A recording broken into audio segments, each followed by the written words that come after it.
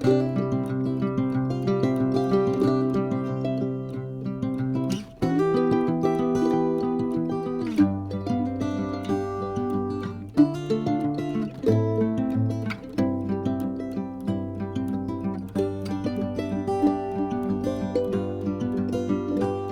everyone, thank you for joining me this evening on the front porch here at Mary Ellen Sunflower Girls front porch. So I came for a visit. We were going to do some collaboration, and one of the things that we're going to work on is she's got a backlog right now of vegetables because Mary Ellen, she used to live in Florida and now she's moved up here in the beautiful north, and she has steadily been working on her garden. And she's been, everything that she's harvested this year, she's been stashing it away so that we could work on doing some canning. So we're going to get in the kitchen after a while and pet our hair up, and we're actually going to get some stuff done. So, Marilyn, what kind of things are we going to be working on this week? We're doing, let's see, cowboy candy, some okra and tomatoes. I have 7 things on a list. So, outstanding. Yeah, my tomatoes that I had, my 5-gallon bucket of tomatoes. Yes, she made her goal. She wanted to do my goals. So we're gonna gallons. Get as many jars as we can out of those, and let's see, some green salsa and some broth. Oh, yum. All right, so what we're going to do is we're going to go ahead and take you with us to the kitchen, and we're going to, as I said, pin up our hair, grab us an apron, and we're going to get busy. So what we're going to do first is we're going to take everything out. We won't show you any of that, but we're going to get us a game plan. So we're going to take the baby steps, because as you know that we talked about in the past, if you have a large project like this, it can seem overwhelming. Even though this is something that you love to do, it can really seem overwhelming. So we're going to take baby steps, and we're going to do one project at a time, and let's see how much we can get done in this time that we've come up to visit. So come on, everybody, join us in the kitchen. We're going to have some fun this weekend. And I'm happy to have her with us.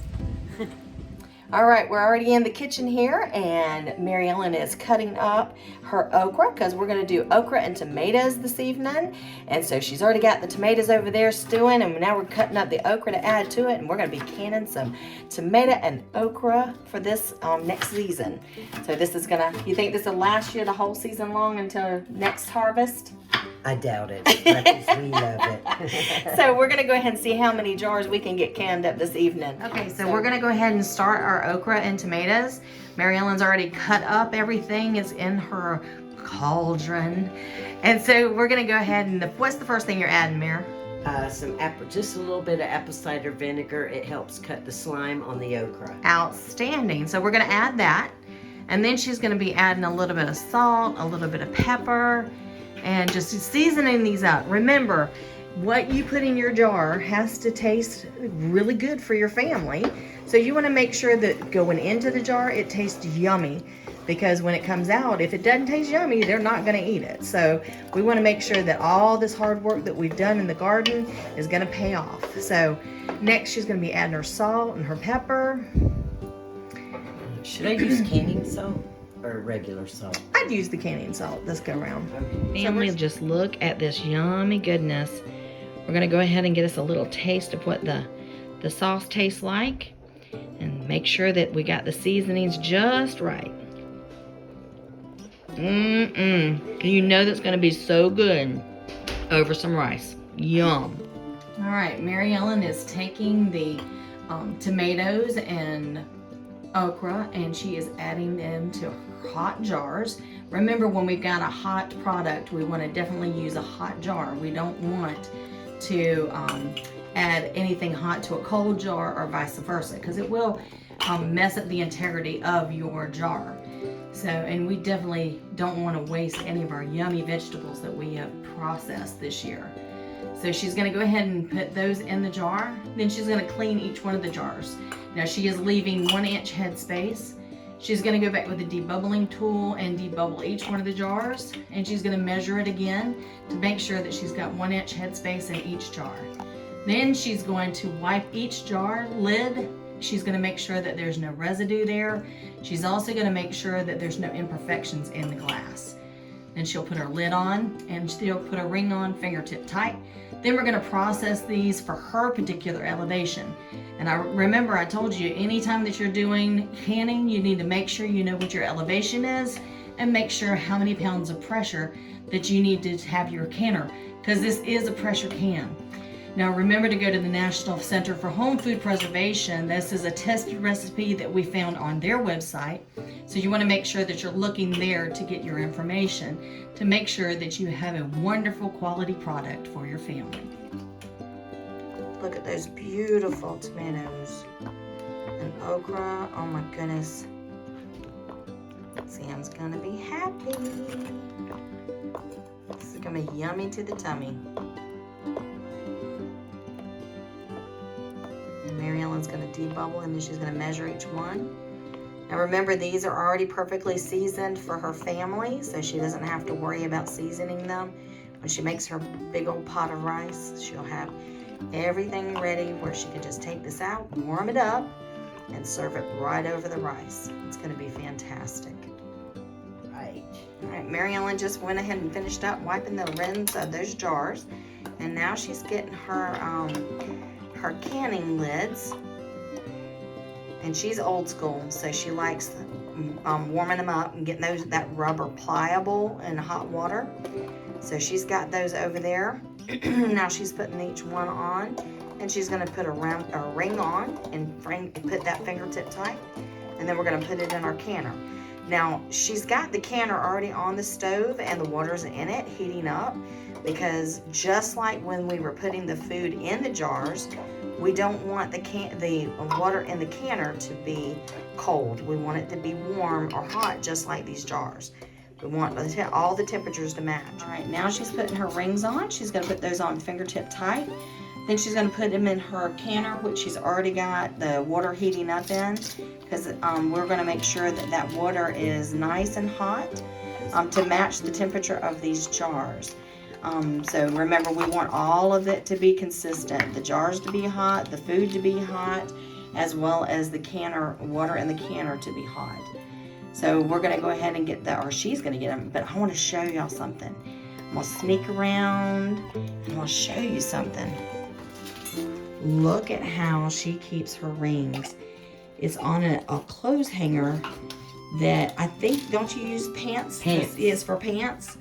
And oh my gosh, isn't that just brilliant? She puts all of her rings on there, and that is such a good way to store them. And then you don't have, I have them all in bags. So this is fantastic, the way that she's got these. And you just got that at just a thrift store, or did you find that order? Actually, my sister Carol Syrup gave it to me. Oh, awesome. Her sister gave that to her, and she's using it for her canning lids or rings. Isn't that awesome? So now she's got these beautiful tomatoes ready. And this is a pressure can. And so she's going to be pressure canning these for 30 minutes in her pressure cooker. Family, I want you to notice there's that rack in the bottom that she's putting her jars on. You don't ever want to put your jars directly on the bottom of your pressure canner. So you've got that little rack in there that gets it just a little bit off the bottom, and it's got the holes in it so that the water can run around the jars.